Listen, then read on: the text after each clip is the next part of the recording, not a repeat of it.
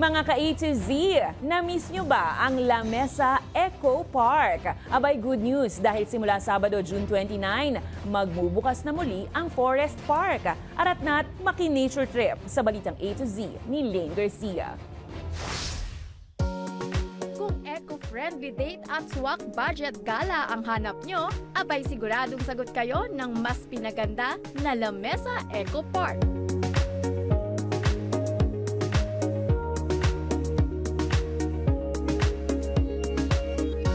Lawak na mahigit 33 ektarya.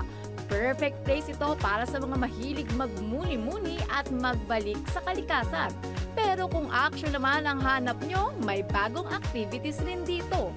Sa Phase 1 ng Eco Park, bubuksan ang Eco Academy Pavilion, museums, maging ang mga activity centers, picnic areas para na rin syempre sa pangbanding ng buong pamilya at magkakabarkada.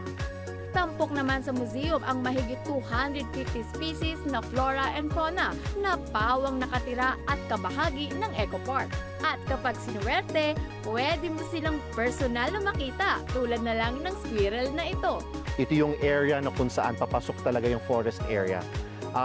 Kaya guided din tayo na meron tayong ini-engage na mga grupo na magkakaroon ng guided bird watching para mas makita nila ito. Pero kahit saang lugar dito sa La Mesa Eco Park ay makikita nila ang iba't ibang species.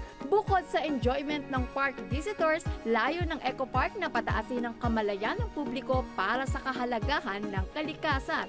Libre para sa mga taga-QC ang entrance fee, habang 20 pesos naman para sa mga non-QC citizens. Para sa balitang A to Z, Lane Garcia.